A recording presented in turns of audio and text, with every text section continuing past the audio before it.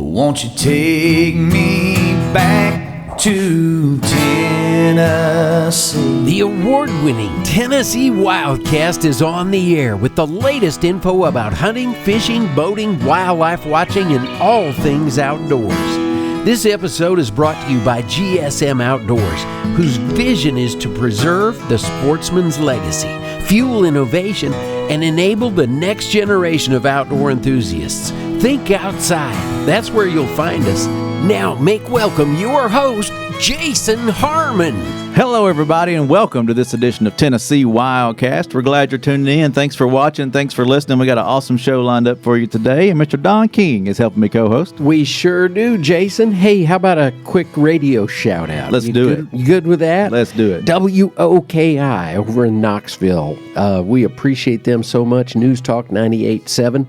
Saturday, 1:30 to 2, WildCast plays on their air, and we appreciate them as well as the other stations around the state that carry us. Definitely. Got a lot of stations out there that run the show, and we appreciate them. That's a cool time slot, 1:30 in the afternoon. Oh, yeah, I know it. Yeah. So if you miss it in the morning on the other stations, go over there and listen in Knoxville at 1:30. Right, exactly. Well, yeah, we do appreciate our partners and appreciate you guys out there watching, listening on your favorite podcasting app, on YouTube, following us on social media. So, yeah, appreciate y'all doing that. And I'm excited about today's show. It's all about fishing again, and we're happy to have Crispin Powley with us, the Vice President of GSM Fishing and GSM Outdoors, and it's going to be a fun conversation around some crappie and all that kind of stuff, and we got some cool giveaways, right? Yeah, well, I'm excited to be back. You guys do a wonderful podcast, and we're 100% on board as a company and personally. These are my people. This is my this is my thing. So thanks for having us. Yeah, thank you. And you know when a guy is totally sold in the outdoors when he names his son Fisher. Yeah, you know exactly. Yeah, he'll probably end up playing tennis or something. But he, I doubt it. I tried to at least start him down the path. Yeah, there you go. I like it. Well, speaking of Fisher, he's had some success in the woods this turkey season. Yeah, right? yeah. I think we're going to talk spring fishing today. Mm-hmm. But I was telling you guys before we came on the air, spring to me is go turkey hunting in the morning, go fishing in the afternoon, and I can't hardly separate the two. And I do. I would have to say turkey hunting is one of my favorite things, and that is one thing Fisher has certainly adopted as my son, because he loves it, and we did. He got rained out of a baseball tournament, so had an opportunity to go get into the turkey woods, and had done very little scouting, but. One of the joys of GSM, we own a few trail camera companies, so I happen to have a surplus of those planted around my farm, and we had a really rainy morning. I actually let him sleep in, and finally just kept watching the radar, and loaded him in the truck, and we drove over there and sat in the truck for an hour with it pouring, because radar's never exactly right. Yep. Finally, when the rain quit, I said, if you'll stay with me when this rain stops, those turkeys are going to come out in the fields, and we ended up probably about 9:30 in the morning. We called up a couple gobblers. We switched locations on the farm, and one cut me off on the first call, and it was just textbook. Game on from there. Walked right up to our feet, and Fisher shot that bird, and we walked up there, and I said, "What do you think, son?" And he said, "He made a business decision, Dad." And I don't guess I'll ever forget that as long as I live. That's good. So from now on, anytime one gobbles up into the morning, I think he's making a business decision. So I love it. Now, that wasn't his first bird, right? No, I don't know off the top of my head. That little guy's been pretty fortunate. Mm-hmm. I'd say that's probably his fourth or fifth gobbler. Awesome. So yeah, that's cool. He's about to be 12, and he shot a buck. I know he shot one until this changes age or deer season, but he shot 12 bucks then he'll be 12 years old. So that one's easy to remember. Oh, that's cool. Over the course of his life. So helps to have a good guide in the family too. Though, I really kind of put the guide role first now with my family. Sure, and, yeah. If if I never pulled the trigger on one, but I got to watch some young person, even that, not my kids. I've taken probably 20 people to shoot their first turkey, and there's nothing like it. Yeah, you know, awesome. So yeah, it's a different phase of life for me, but one I enjoy and one I hope someday he inherits as well. Yeah. So. Well, there's nothing like taking your son or daughter out there and getting their first bird, first deer, any of that. Funniest story, and I'll keep it brief, that my daughter shot the first bird she ever shot, I think was during the juvenile hunt. It may have been maybe opening weekend of regular season. This has been 3 or 4 years ago. And it was one of those, real mature jakes. He'd gobble, he'd strut. He act like he was a gobbler in his mind, right?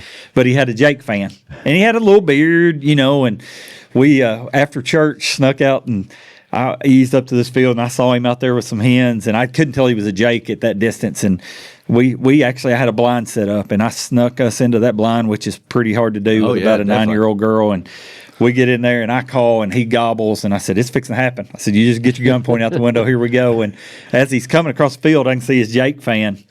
And I said, "Baby," I said, "he's a jake now." I said, "I just want you to know I explained to her in the moment, and he's kind of making his way across the field." And she goes, "Well, it's legal." And I said, "Yeah, of course it's legal." And she goes, "We can eat him." And I said, "Yeah, we can eat him." She goes, "Well, I'm going to shoot him then. I've never shot one." And I said, "Go knock yourself out." Yeah, go and for so she shot that bird, and we, hugged, took pictures. And I've done this thing with my kids, and I would encourage people to do this. I don't even know where I got it from, but we did it with my son's bird. Every time at the end of a hunt, when we get back to the truck, I put the tailgate down. I'll lay the turkey up there beside them, and I turn my phone on and go, "Tell me about your hunt today." Because I think there'll come a point in time in life where... That's awesome. My daughter Reese said the funniest thing I've ever heard a turkey hunter say. She goes, "Well, my first bird," she goes, "he's a jake. He's not a gobbler." She said, "But when you do what a gobbler does, you get what a gobbler gets."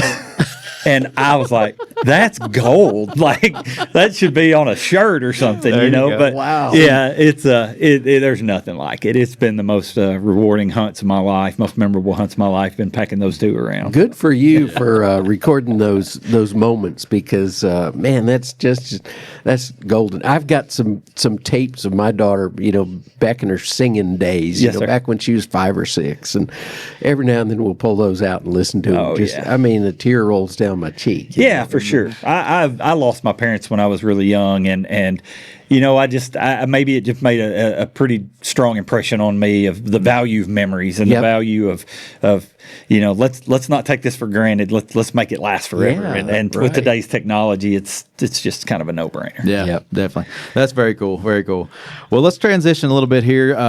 It's June will be here before you know it, and Free Fishing Day will be here before you know it. June 7th. Yeah, June 7th is Free Fishing Day this year. Bobby Wilson Free Fishing Day. Exactly. I was gonna say that. Yeah, I'm still in your lines, Don. What comes after Free Fishing Day? Free Fishing Week. Come on, Don. Oh, You got this. yeah. Free Fishing Week for youth. Yeah. Yeah, so the youth get to fish for free all week, kids 15 and under. So June 7th and then June 7th through the 13th for the kids. So anyway, keep that in mind. That's coming. I'll be here around the corner. And speaking of fishing, it's spring fishing, and we're talking about spring fishing this show, and we got some cool stuff to give away. Let's highlight some of the stuff real quick, and then let's dive into to how we can use it. Yeah, man. I mean, spring fishing is whatever you want it to be, but if you say, hey, in Tennessee, what's the first thing that comes to your mind when you think about fishing in the spring? For me, it's slab crappie. Mm-hmm. It is anywhere you go in the state, those fish are shallow. There's a lot of them. I mean, obviously the limit's 20 a man on Kentucky Lake where I live, so obviously we believe there's plenty of them for everybody, and they're really easy to target this time of year. So we're going to spend a little more time focused on crappie, and I brought some stuff to give away on behalf of GSM and in partnership with you guys. Well, the first thing I brought, you can't go crappie fishing without thinking about crappie eating. Oh, yeah. They fry up real nice. Absolutely. My mouth begins to water. Yeah, it is literally a delicacy in this part of the world, in my opinion. And one of our brands is Cuda. And we came out with this cordless electric fillet knife this past year that's just the best tool I've ever used to clean fish. Awesome. It's got 2 lithium. It comes with one, and then it's got a backup lithium-ion battery. One of the coolest features about this, it charges off of the same USB-C cord that if it's 2025 and you've adopted that you have an iPhone usually that works with this. It's kind of a running joke amongst my people. On job interviews, I ask people what kind of phone they have because I hate those little green texts. But with that being said, those Android users. No, exactly. It's 2025. You're killing somebody's text thread with your Android. But and I have no affiliation to Apple. But this thing's got an 18-month warranty. Like it's a beast of an electric knife, and awesome. The thing. It's a lot of fun to clean or catch them. It's a lot of fun to eat them, but it's a little bit of a chore to clean them. Sure. And we've tried to make that where that's not the case. Yeah, so, that's awesome. That looks like a cool knife. I'll have to check those very out. ergonomic. It's got a case, couple extra sets of blades. So we'll give that away to somebody. And then I just brought some crappie baits, some of my personal favorites. Hold them up on this side of the mic so people watching at home. I don't know which camera. Kind of chest high. Okay, how about that? Can you see that? That'll work. A little higher. I think. Little higher. Yeah. So Bonehead is one of our brands that we own also, and it was kind of a pet of mine. I love to crappie fish, so we acquired Bonehead a little over almost a year ago, and we build these in Alabama. They're made here domestically, and it is a very, very. I brought one of each different size and style, so it's a nice little sample pack of Bonehead products, and I brought the corresponding jig heads as well. Right. Awesome. So so some lucky listener is going to be set to catch some crappie and clean them. And all I want to call when the grease gets hot. I love it. Well, let's remind folks how they get their name in the hat. So here recently, we've been requesting that you tag a friend in the comments. That's been doing really cool way to get your name in the hat. So if you're watching on Facebook or Instagram or YouTube out there, tag a friend. You can tag friends on all those platforms. Oh yeah. Spread the word. That's how you get your name in the hat. You keep spreading this show and introducing it to other folks, and we'll put your name in the hat to win some of this cool stuff. So that's how you'll get your name in the hat, and we'll remind you before we close out the show as well. So like we said, it's springtime. Now's the time to get your stuff ready. So don't wait till the last minute, which it may be already last minute now, but go ahead and go out there in the garage and get your rods out, dust them off. And if you hadn't been fishing all year, and what's some of the tips and tricks there to just be ready? Yeah, I would always tell, and I've been guilty of this. I've got a lot of friends that are real guilty of this, but line's kind of the cheapest part of this equation. Yeah. And it's a pretty critical link between you and that fish you're trying to catch. Yeah. Put some dang new line on your reels. Yeah. and if you're taking somebody fishing, don't send them out there with janky year-old line. It's all coiled up. It's going to break. Take 10 minutes to put a new line on a reel. And, today's world crappie fishing, I use braided line, and it does last. It lasts significantly longer than monofilament or fluorocarbon, and then I'll tie a fluorocarbon leader. Okay. So my braided main line, my bass reels, I'll change it a little more frequently, but on my crappie reels, it'll last for a long time. So a little bit more money on the front end because it's a little more expensive, but you get a lot more life out of it. Sure. And this stuff's made for spinning reels. It just handles like silk, and you can't hardly break it, and it's a good deal. So put some braided line on your spinning reels if that's what you use. That's what I prefer. And take a tip I learned when I was a kid. Take a Q-tip and put it in all the guides on your rod and spin it. And if there's a crack, it'll catch some of that cotton fuzz and pull it out. Yeah. And there's nothing worse, and we've all been there. You've got that fish on, and you just it's the one you came here for.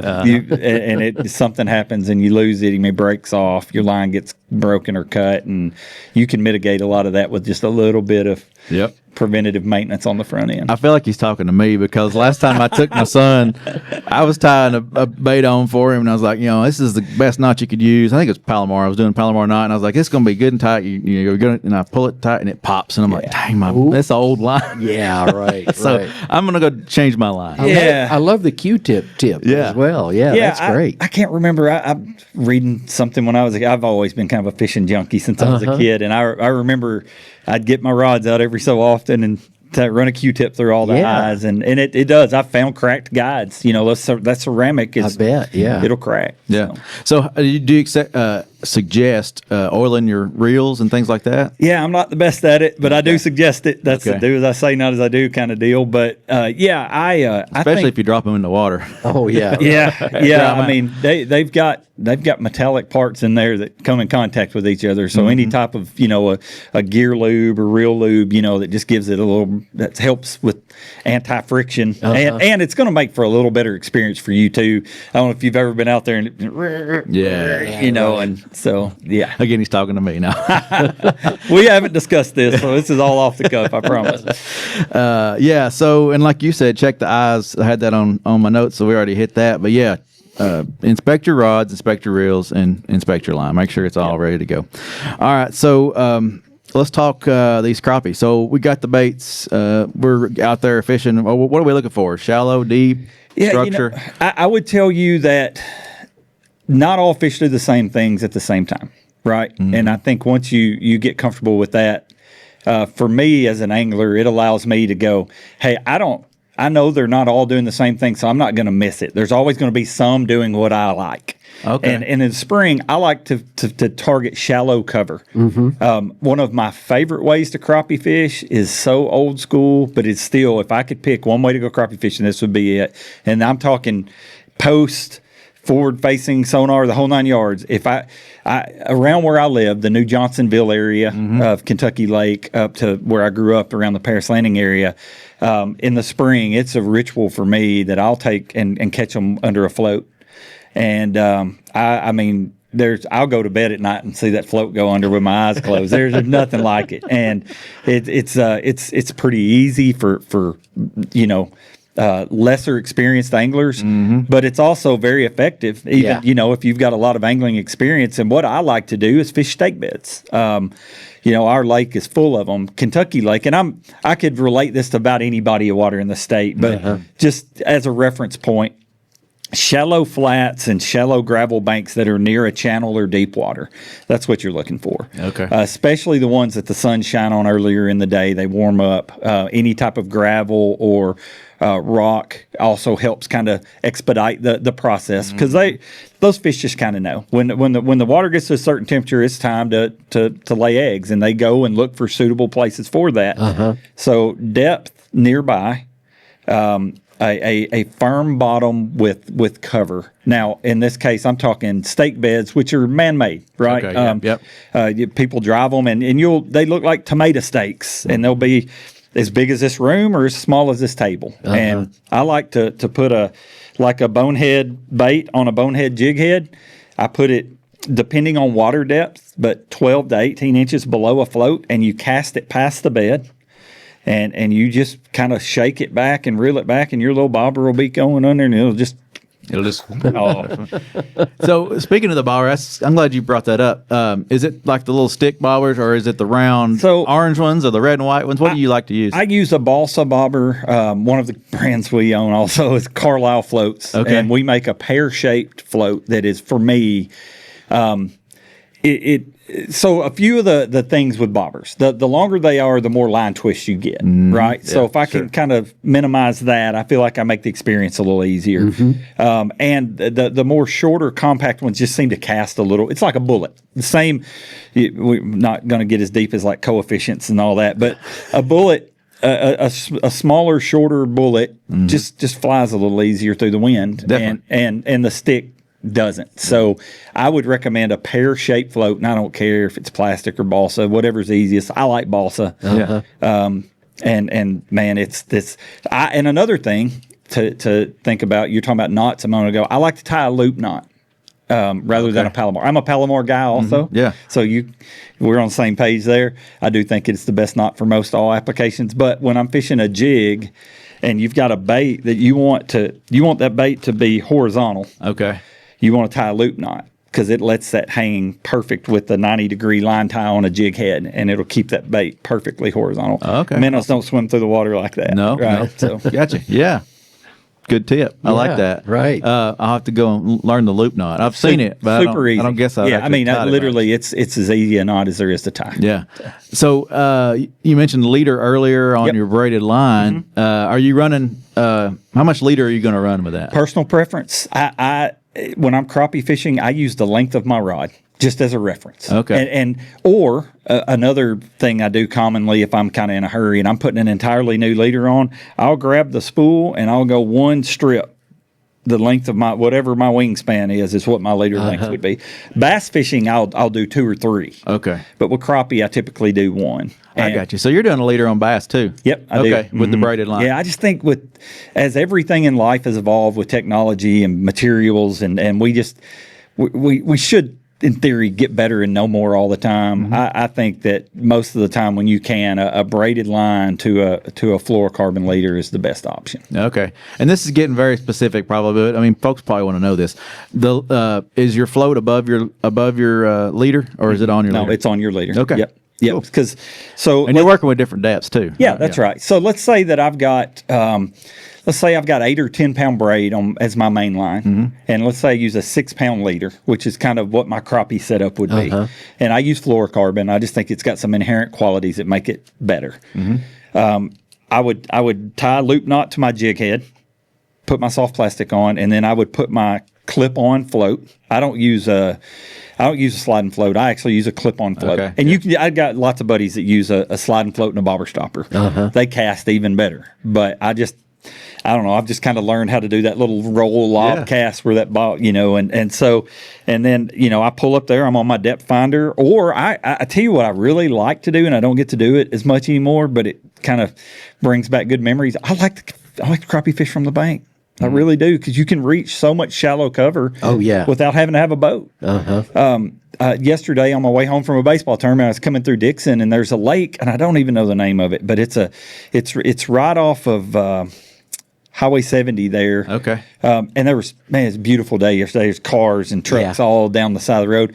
But, every 50 yards down that lake, there's a tree laid down. And I'm like going, I bet there's a crappie in that tree, And so it's really not, there's not a great barrier there. Like you don't have to have this $high boat. You don't have to have a boat. You can catch them off the bank. And the way that I'm talking about fishing is really easy for everybody, no matter. The float and the bobber thing gets a little more difficult when you've got tree limbs that have Ys where you'll pull your jig head into that. But vertical cover, crappie just, when they spawn, they like cover. They want to be around. Growing up around the Paris Landing area, it was buckbrush. The water would come up. When the water got in the buck bushes, we'd go wade in the back of creeks with our duck waders on, with lawn poles and dive around. Yeah. And, it's so much fun. And so it's a lot of fun, man. It's a great time of year. That's awesome. Well, and you mentioned from the bank, just think about, when we put these stake beds in, or some of our volunteers, these fishing clubs and things help out with that. They're doing it when the water's down, and they're walking right out there. So it is bank accessible, a lot of it. Casting distance. Yeah. And actually, last spring, my son and I may have gotten him out of school early one day, and we went up to Paris. Yeah, maybe. If I recall, I don't remember exactly what the time was of the day, but one of my favorite just kind of honey hole spots up around Paris Landing is it's a TWRA marker buoy with a brush pile under it. And it's as obvious as it gets. Like, you don't have to be very, very skilled to go, hey, there's something under there, and you can throw over there and catch a fish, and then you just drop your power pole, sit there and catch all you want. You know? So that's awesome. And you can find those online, right? Yeah, you sure can. Yep. Our interactive maps, GIS puts those together, and they do a great job. So you can find that structure. You mentioned temps, looking for that warmer, where the rocks are catching the heat and a little bit warmer, but I'm so hesitant to just give you a number because I don't know it. I mean, I can tell you that the fish know it. They do know it, and like I said, they still don't all do the same thing at the same time. I've caught spawning fish in late May. I've caught them in February. I mean, it's my rule of thumb has always been, if you can get in the spring, if you get a 2 or 3 day warming trend, go. It doesn't matter what the water temperature is. You get now you hit a warm day and then it gets cold. I mean, if you can go, still go, right? But definitely go when you can go. But go with confidence after a 2 or 3 day warming trend, because they're going to bite. Sure. They're going to get up there shallow. Yeah. Okay. And then if you're going to, if you got morning or evening or all day, what do you like? As with all outdoor activities, it's pretty special early, it's pretty special late. Where I'm at in life with work and kids and such, I just kind of go when I can. I remember Kevin Van Dam's a great friend of mine, one of the most legendary anglers ever. And I remember asking Kevin one time, because I'm just trying to pick his brain. I want to learn, and I've asked him some of these similar questions. Well, what moon phase do you like? What barometric pressure do you like? And he looked at me and he goes, I like when I get to go. He goes, whatever it is, that's what I've got. Yep. And I've got buddies that are incredible outdoorsmen that are bound to moon phase and barometric pressure. And, according to the moon phase, this period, and I think there's some validity to it. Yeah. But I also just go. I got this note down. Be patient. Just be patient. Yeah. Get out there when you can go. Yeah. Just keep fishing. Some of the best days I've ever had weren't the greatest catching days. It was days where I had no cell phone service. Maybe I don't know. Out there with your kids or your wife or your friends or whatever. And I'm fighting with them over breaking my rods and reels and tying knots and everything. And you look back and go, that's a pretty good day. Yeah. You spend most of your time tying it all up. Yeah, I'm the guide now. So, well, before we run out of time, let's mention this the giveaways again. So we got the Cuda electric fillet knife, comes with 2 blades, an 8-inch and a 6-inch, 2 batteries, you said? Yes, sir. Recharges on a USB-C type charger, so that's, what more could you ask for? It's pretty convenient there. That's right, yeah. So keep that close to your tackle box or your fillet table. Keep it in your drawer for anything else at home. It comes in a nice case, too. Yeah. Very nice. Yep, I actually keep one of these. I've got a topper on my truck. I keep one of these in there. I can charge a battery coming to meet you to go fishing. Yeah. So it's super convenient. That's awesome. And the baits, again, what was the brand name? Bonehead. Bonehead Tackle. Yep. So Bonehead Tackle. Look them up. If you want to go see some of these products, GSMOutdoors.com. Click brands, and you can scroll down. A lot of the fishing is there all together in that section. So we actually have a standalone website at GSM called baits.com. Okay, cool. Which is kind of our online retail site, but it's got all of our fishing products in one place. Nice. Perfect. Baits.com. Yes, sir. Awesome. We'll have to check that out. Thank y'all for watching and listening. Thank you, Crispin, for bringing these products to us. I look forward to giving them away. Remember to like, follow, subscribe to us on social and your favorite podcasting platform. Hey, leave a review while you're there, too. We don't often get those, but if you like the show, leave one. If you don't leave a review. Right. And click the stars there. Rate us a little bit. No, I'm joking, but yeah, we appreciate y'all. And tag a friend. That's how you get your name in the hat. So tag a friend on Facebook, on Instagram, on YouTube, and just engage with us. We appreciate y'all doing that and love giving stuff away and sharing this information with you. So, Crispin, thank you. Yeah, thank you for having us. We're honored to be part of this and believe in the same mission. So Awesome. Don, I appreciate you. You bet. Looking forward to the next adventures of Crispin's youngsters, too. And me too. And also, I'm looking forward to that day he brings Kevin in with him. But we do have a 4th mic we could put up. So, that's right. We could have a Kevin Van Dam episode here. So that'd be a good one. No pressure. No. Anyway, thank you guys. This is Tennessee WildCast. Keep coming back, and we'll see you next time. Stay connected with TWRA by visiting our website at tnwildlife.org and follow us on Facebook, X, and Instagram. You can invest in Tennessee's wildlife future by purchasing a license at GoOutdoorsTennessee.com. That's GoOutdoorsTennessee.com.